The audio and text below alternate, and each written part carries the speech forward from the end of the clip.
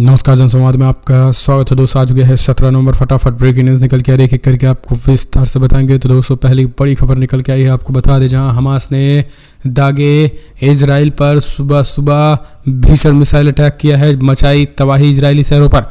Gaza पट्टी से दागी गई है ये भीषण इजराइल गाजा पट्टी में कई क्षेत्रों में हो रही है। इजरायली सेना और फलस्तीनी के बीच भीषण झड़प। दूसरी खबर, हिजबुल्लाह ने भी एक बार फिर से किया ताबड़तोड़ अटैक, बताया कैसे 8 इलाकों को पूरी तरीके से मिसाइल से किया ध्वस्त। तीसरी खबर में आपको बताएंगे, गाजा में जल्द हो सकता है सीज फायर, कतर में इजराइल और हमास के बीच बन सकती है सहमति। वहीं इजराइल गाजा युद्ध रोकने का प्रस्ताव यूएनएससी में पास, बताएंगे इसके बारे में भी। सबसे बड़ी खबर निकल के आई है अगली, जहां गाजा के अल-शिफा हॉस्पिटल पर हमले के बाद पूरी दुनिया भर में उबाल। कैसे WHO ने कहा किसी भी कीमत पर इजराइल की तानाशाही बर्दाश्त नहीं, और आतंकवादी देश घोषित हो चुका इजराइल, बताएंगे इसके बारे में भी। और तुर्की ने क्या कुछ ऐलान किया ये भी बताएंगे, और फ्रांस ने क्या कुछ कहा है। सब कुछ खबरें करके आपको जान लेना जरूर, लेकिन उससे पहले एक छोटा सा निवेदन, अगर आपने चैनल को सब्सक्राइब नहीं किया तो पल पल के अपडेट के लिए चैनल को सब्सक्राइब करना ना भूलें दोस्तों। दरअसल पहले बड़ी खबर निकल के आई, आपको बता दें, हमास ने फिलहाल किया इजराइल के अंदर अस्कलाना एरिया में मिसाइल दागी है, उसने मचाई तबाही। भीषण तबाही से हालात बेहद खराब हो चुके हैं। जी हाँ, दरअसल आपको बता दें, हमास ने बड़े पैमाने पर इजराइल के अंदर अस्कलान एरिया में मिसाइलें दागी हैं और उन्होंने एक तरीके से भीषण तबाही मचा दी है। इस तबाही ने पूरी तरीके से चौतरफा हंगामा खड़ा कर दिया है। इतना ही नहीं, आपको बता दें, हिजबुल्लाह ने लेबनान से इजराइल तक कई प्रतिष्ठान जैसे हबाब यूरोप के साथ साथ कई जगहों पर मिसाइल दागी है। सबसे बड़ी बात यह है कि गाजा पट्टी में अभी भी लगातार माहौल ख़राब है, और गाजा पट्टी में शेख रांदवान इलाका, अल यूसुफ, अल जारा स्ट्रीट में इजराइल और इजरायली सेना और फ़लस्तीनी रेजिस्टेंट यानी कि एक तरीके से हमास के लड़ाकों के द्वारा युद्ध जारी है। लेकिन इजराइल पर जो है वो सुबह सुबह बारिश कर दिया है, एक तरीके से रॉकेटों की बारिश कर दिया है हमास ने। एक और अपडेट निकल के आई है, बड़ी खबर निकल के आई, हिजबुल्लाह ने एक बार फिर से लेबनान को बनाया निशाना, लेकिन कल 15 तारीख को उन्होंने 15 ठिकाने इजराइल के किए ध्वस्त। कई सैन्य अड्डे तबाह, इजराइल ने जारी किया पूरा का पूरा लिस्ट। आखिर कल 15 तारीख को कितने हमले किए हैं। दरअसल आपको बता दें, गाजा पट्टी में जहां एक तरफ से ग्राउंड ऑपरेशन इजरायली सेना और हमास के बीच जंग जारी है, तो वहीं दूसरी तरफ हिजबुल्लाह भी दूसरी तरफ से वार कर रहा है, ताकि इजरायली सैनिकों को जो है वो एक तरीके से वो इजरायली सेना किसी भी कीमत पर आक्रामक ना हो सके। यही कारण है कि कल 15 तारीख को एक हिजबुल्लाह ने बाकायदा लिस्ट जारी की है, जिसमें कहा है कि दिन में 2 बजे से लेकर के शाम 5:30 बजे तक लगभग 15 के करीब इजरायली ठिकानों को तबाह किया गया है, वो भी रॉकेट से, वो भी मिसाइल से। दरअसल आपको बता दें, उन्होंने कहा कि दिन में 2 बजे जो है वो इजराइल के रेमिम ब्रेकर्स को निशाना बनाकर हमला किया गया, जिसे तबाह किया गया। दिन में 2:10 पर 10 मिनट से 20 मिनट तक जो है वो इजराइल के शैबा फार्म रुसावली अल अलाम इलाके में मिसाइल दागी गई, जो सीधे निशाने पर लगी। 3:35 पर भी एक हमला किया गया है, जो इजराइल के तेल ताहिट इलाके में इजरायली सैन्य वाहनों पर को ध्वस्त किया गया। उसके बाद फिर वेस्टर्न पश्चिमी क्षेत्रों में दिन में 3:25 पर जो है वो इजराइल के हदाम योरुन इलाके में मिसाइल से दागी गई है।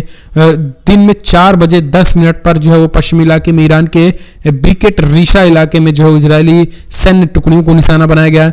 दिन में 4:20 पर इजराइल के व्रेनिट ब्रेकर्स को निशाना बनाया गया।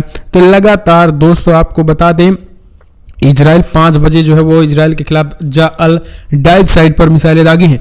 तो इजरायली सेना को कल लगभग ताबड़तोड़ मिसाइलें दाग करके इजरायली सेना और इजरायली इलाकों को हिजबुल्लाह ने निशाना बनाया और बाकायदा उसकी पूरी लिस्ट जारी की है। आज सुबह सुबह भी एक बार फिर से उसने खास करके यादूब यूरुन, ब्रिकेट रीशा, जबल तियाल, जे अल आलम वो सफल हमले किए। इजरायली हिजबुल्लाह द्वारा मारे गए अपने सैनिकों की असली संख्या नहीं बता रहा है। एक और अपडेट, गाजा में जल्द क्या हो सकता है सीज फायर। घुटने पर आए इजरायली पीएम नेतन्याहू ने मोसाद से समझौते के लिए कतर भेजा मोसाद को। दरअसल हमास से अब समझौता चाहता है सीधे तौर पर इजराइल। 41वां दिन चल रहा और एक इजरायली सेना ने गाजा के अल-शिफा हॉस्पिटल को युद्ध का मोर्चा बना दिया, जबकि दूसरी तरफ न्यूज एजेंसी रॉयटर्स की रिपोर्ट में खुलासा हुआ कि इजराइल और हमास के बीच बैक चैनल बातचीत भी हो रही है। मध्य पूर्व के देश कतर की मध्यस्थता में दोनों गुटों के बीच युद्ध विराम की कोशिश हो रही है। ये बातचीत अगर अपने मकाम तक पहुंचती है तो इजराइल 3 दिनों के सीज फायर का ऐलान कर सकता है। वहीं इसके बदले में हमास 50 के करीब बंधकों को छोड़ सकता है। हालांकि आपको बता दें ये बातचीत चल रही है, इन सब के बीच माना जा रहा है कि फिलहाल हमास जो है वो और लड़ाकों को भी छोड़ सकता है, लेकिन इसके बदले इजराइल को पूरी तरीके से उनके बंधकों को छोड़ना होगा और तत्काल सीज युद्ध विराम करना होगा। एक और अपडेट निकल के आई है, इजराइल और गाजा युद्ध रोकने का प्रस्ताव यूएनएससी में पास, अमेरिका, रूस, यूके ने नहीं डाला वोट। समझिए, इजराइल और हमास जंग के बीच संयुक्त राष्ट्र सुरक्षा परिषद में इनने गाजा में युद्ध को रोकने वाले एक बार फिर से प्रस्ताव को मंजूरी दे दी। जानकारी के मुताबिक बुधवार को विशेष दल के द्वारा लाए गए इस प्रस्ताव में 12 देशों ने खुलकर समर्थन किया। वहीं अमेरिका, रशिया और ब्रिटेन ने वोटिंग में हिस्सा नहीं लिया। यूएनएससी में इस प्रस्ताव में गाजा में मानवीय मदद के लिए अंतर्राष्ट्रीय मानवीय कानून के पालन की मांग रखी गई। इसके साथ ही बच्चों के लिए विशेष सुरक्षा की भी मांग की गई। इस प्रस्ताव में इजराइल से हमले रोकने की अपील की गई है। आपको बता दें, रशिया, चाइना तत्काल इजराइल, चीन और रूस तत्काल इजराइल गाजा युद्ध में विराम चाहते हैं, लेकिन अंतिम मसौदे ने मानवीय विराम में लागू करने के आह्वान तक सीमित कर दिया है। और यही कारण है कि इस पूरे मामले में जो है वो फिलहाल एक बार फिर से यानी 2 बार खारिज होने के बाद सीज फायर का प्रस्ताव तीसरी बार फिर से लाया गया है और इसमें अमेरिका ने फिलहाल फिर एक बार वोट नहीं किया है। एक और अपडेट, इजराइल की परमाणु धमकी पर ईरान ने इजराइल की लगा दी क्लास, कहा एक गुईदड़ भभके किसी और को देना। संयुक्त राष्ट्र संघ में ईरान के राजदूत और स्थायी प्रतिनिधि तमीर सईद अरवानी ने इजराइल के परमाणु हथियारों के खतरे के बारे में चेतावनी दी और कहा है कि ईरान और फिलिस्तीन के खिलाफ इजराइल के उच्च अधिकारियों की हालिया परमाणु धमकियां इन हथियारों के खतरे को उजागर करती हैं, इनकी धमकियों को, और हम इनके धमकियों से डरने वाले नहीं हैं। उनका कहना है कि मध्य पूर्व में हालिया अपराधों को ध्यान में रखें तो हम इजराइल की परमाणु अस्पष्टता की नीति और बड़े पैमाने और हथियारों के संभावित उपयोग के बारे में अपनी तत्काल चिंता व्यक्त करते हैं। संयुक्त राष्ट्र में ईरान के राजदूत और स्थायी प्रतिनिधि का कहना है कि वो अब पहले से अधिक सामूहिक विनाश के हथियारों से मुक्त मध्य पूर्व का निर्माण सुरक्षित भविष्य की दिशा में एक बुनियादी कदम के रूप में आवश्यक है। एक और अपडेट निकल के आई है दोस्तों, गाजा जाते समय कार की दुर्घटना। जी हाँ, बड़ी खबर निकल के कार के सामने ही गिर गई मिसाइल। यूनिसेफ चीफ ने कहा इजराइल का करेंगे दौरा ही नहीं करेंगे। यूनिसेफ की कार्यकारी निदेशक कैथरीन रसल मंगलवार को गाजा पट्टी की यात्रा के दौरान मिस्र में एक बार फिर दुर्घटना में घायल हो गई। इस हादसे के बाद उन्होंने अपनी इजराइल यात्रा को स्थगित कर दिया और आपको बता दें यहाँ पर वो अपहरण बच्चे के परिवारों से मिलने वाली थी। यूनिसेफ के एक प्रवक्ता ने कहा है कि फिलहाल बुधवार को यूनिसेफ के कार्यकारी निदेशक कैथरीन रसल मंगलवार को गाजा पट्टी की यात्रा के दौरान मिस्र में एक कार दुर्घटना में घायल हो गई थी और उन्होंने अपने चोटों के कारण इजराइल की यात्रा स्थगित करनी पड़ी थी। एक और खबर निकल के आई है दोस्तों, गाजा के सबसे बड़े हॉस्पिटल पर इजराइल के कब्जे की WHO ने स्वीकारता बताया, कहा किसी भी कीमत पर इजराइल का कब्जा बर्दाश्त नहीं है। दरअसल गाजा पट्टी के सबसे बड़े हॉस्पिटल अल शिफा में जिस तरीके से बर्बरता और मानवीय हद्देसारी पार करते हुए वहां पर मौत के घाट उतार दिया गया और उस पर कब्जा इजरायली सेना ने कर लिया है। इस पूरे मामले में जो है वो अल शिफा हॉस्पिटल में कब्जे के बाद जो है वो अब सीधे तौर पर WHO भड़का हुआ है। WHO ने कहा है कि ये किसी भी कीमत पर अस्वीकार्य होगा। WHO ने कहा है कि फिलहाल अल शिफा में इजरायली सेना की ओर से की गई कार्रवाई अस्वीकार। अल शिफा अस्पताल सेना की कार्रवाई के बाद बुधवार को WHO प्रमुख तेडोम गोब्राय ने कहा है, ग्रेबेसन ने कहा है कि पिछले 3 दिनों से गाजा में मौतों और चोटों की संख्या का कोई अपडेट नहीं आया है। इससे स्वास्थ्य प्रणाली का मूल्यांकन कठिन हो गया है। WHO के मुताबिक 7 अक्टूबर को युद्ध शुरू होने से पहले गाजा के हॉस्पिटल में 3500 बेड थे, जो अब घटकर 1400 रह गए हैं। लगातार गाजा के हॉस्पिटलों को खत्म किया जा रहा है और ये WHO ने इसको मानवीय चिंता जताई है। एक और अपडेट, वेस्ट बैंक में भी भीषण जंग जारी है। इजराइल ने चढ़ाई कल कैफ्रेन डैन इलाके में इजरायली की सेना ने चढ़ाई की, जिसके बाद से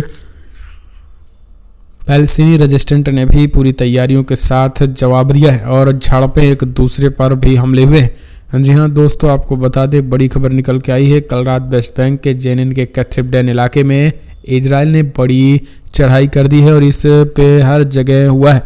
पैलेस्टाइन रेजिस्टेंट तैयार थे, झड़पें और एक दूसरे पर हमले किए हैं और अभी तक हमले भी हुए हैं। तो ये चीज़ें जो है वो हमले का वीडियो भी सामने निकल कर आ गया है। एक और अपडेट, फ्रांस ने सीरियाई राष्ट्रपति के खिलाफ जारी किए गिरफ्तारी वारंट, असद को गिरफ्तार कर पाएंगे मैक्रो। दरअसल भड़के मुस्लिम देश फ्रांस ने सीरिया के राष्ट्रपति बशर अल असद और उनके भाई मोहर अल असद और अन्य 2 अधिकारियों के खिलाफ गिरफ्तारी वारंट जारी किया। वारंट सीरिया में नागरिकों के खिलाफ प्रतिबंधित रासायनिक हथियारों के कथित इस्तेमाल को लेकर जारी किया गया।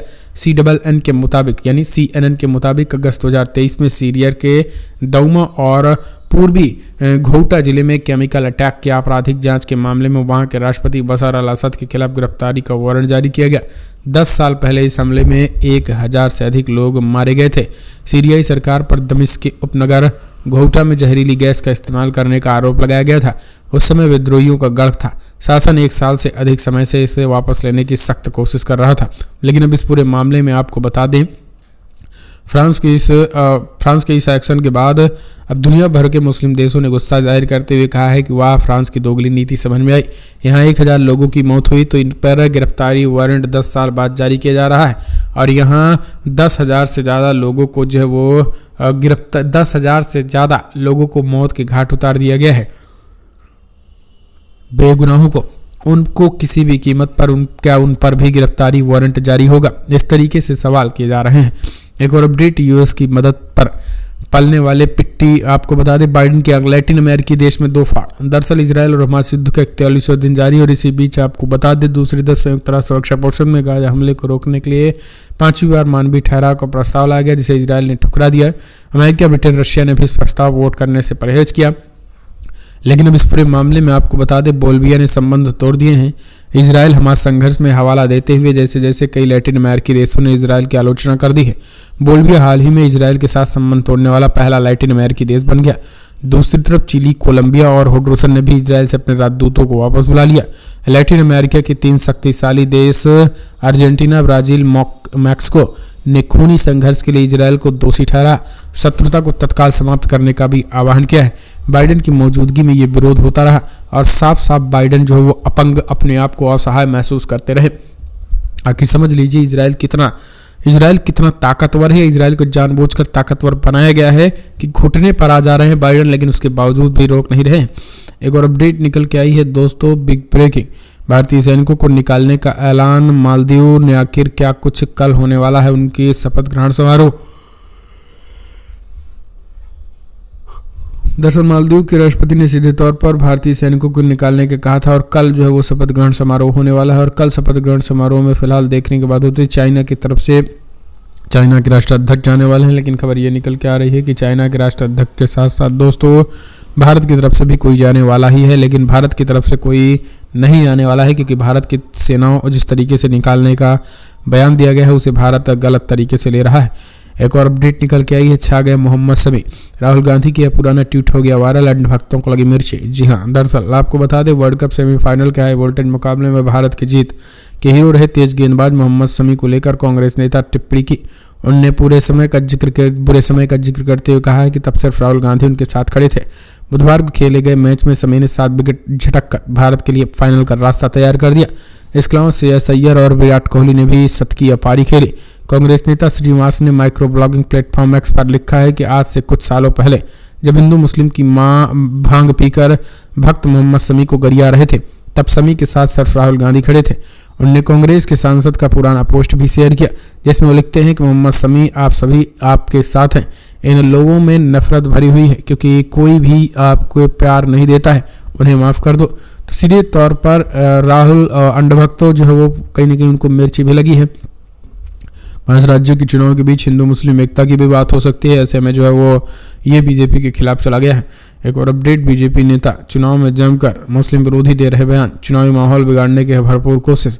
5 राज्यों के विधानसभा चुनाव की बात करें तो शोर से चुनाव प्रचार चल रहा है। आपको बता दें यहाँ सीधे तौर पर सबसे बड़ी बात ये निकल के आई है कि यहाँ अब तो अगर हैदराबाद की बात करें तो राजा सिंह लगातार तेलंगाना में जो है वो माहौल ख़राब करके रख रखा है, लेकिन उसके बावजूद भी उन पर कोई कार्रवाई नहीं हो रही है। अगर हम बात करें हम मध्य प्रदेश और राजस्थान में तो असम के एक मुख्यमंत्री हैं और उसके साथ ही अभी हाल ही में दिल्ली में सब भरी संसद में आतंकी बताने वाले एक सांसद महोदय हैं। तो लगातार इन लोगों के द्वारा माहौल ख़राब किया जा रहा है और ये मध्य प्रदेश से लेकर राजस्थान तक जो है वो भरपूर माहौल ख़राब करने की कोशिश कर रहे हैं। मुसलमानों के खिलाफ भर भर के जहर उगल रहे हैं। एक और अपडेट निकल के आई है दोस्तों, जैसे तेरे नाम फिल्म में सलमान खान पूरे समय रोते रहते हैं, वैसे ही मोदी भी हमेशा रोते रहते हैं। इनको एक फिल्म बनानी चाहिए मेरे नाम।